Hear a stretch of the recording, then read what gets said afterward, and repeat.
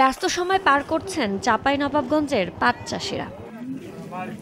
কেউ পাট কাটছেন, কেউ জাগ দিচ্ছেন, কেউ বা আঁশ ছাড়াচ্ছেন, দিচ্ছেন রোদে। এসব কাজে যুক্ত হয়েছেন নারীরা।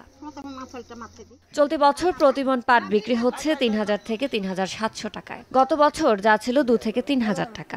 আগের বছর বিক্রি হয়েছে ১৬০০ থেকে ১৭০০ টাকা মণ দরে। চৈত্র মাসে অতিরিক্ত খরা ও বর্ষায় অতি বর্ষণে ফলন আশানুরূপ না হলেও ভালো দাম পেয়ে খুশি চাষিরা। পাটের ফলন ভালোই আছে, দামও ভালো আছে। অন্য বছরের তুলনায় ৩,০০০ থেকে ৩৬-৩৭ পর্যন্ত পাটের দাম আছে। গতবার থেকে দাম বেশি, এবার সামনে আবার আরও বেশি হবে। বিঘা প্রতি মাত্র ৩ থেকে ৫,০০০ টাকা খরচ করে ৩৫ থেকে ৪০,০০০ টাকা আয় হওয়ায় সোনালী আশে আগামীর স্বপ্ন বুনছেন কৃষকরা। চান সরকারি সুযোগ সুবিধা।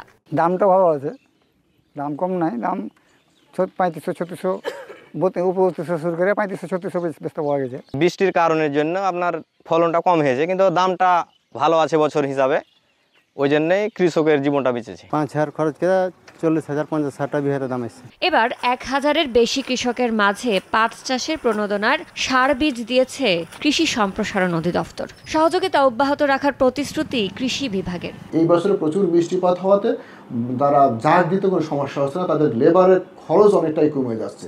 একই সাথে পানি ভালো থাকা, পরিষ্কার থাকা, পাটের আঁশের গুণগত মানও ভালো হচ্ছে এবং পাটের মোটামুটি তারা বাজার দাম ভালো পাচ্ছে। তবে যদি আরেকটু দাম যদি ভালো হতো তাহলে কৃষক হয়তো আরেকটু লাভবান হতো। গত বছর জেলায় ২,২৮০ হেক্টর জমিতে চাষাবাদ হলেও এবার তা কমে নেমেছে ২,২৪০ হেক্টরে। ২০২৩ সালে ৩,২৮৫ হেক্টর জমিতে চাষাবাদ হয়েছে। সময় সংবাদ, চাঁপাইনবাবগঞ্জ।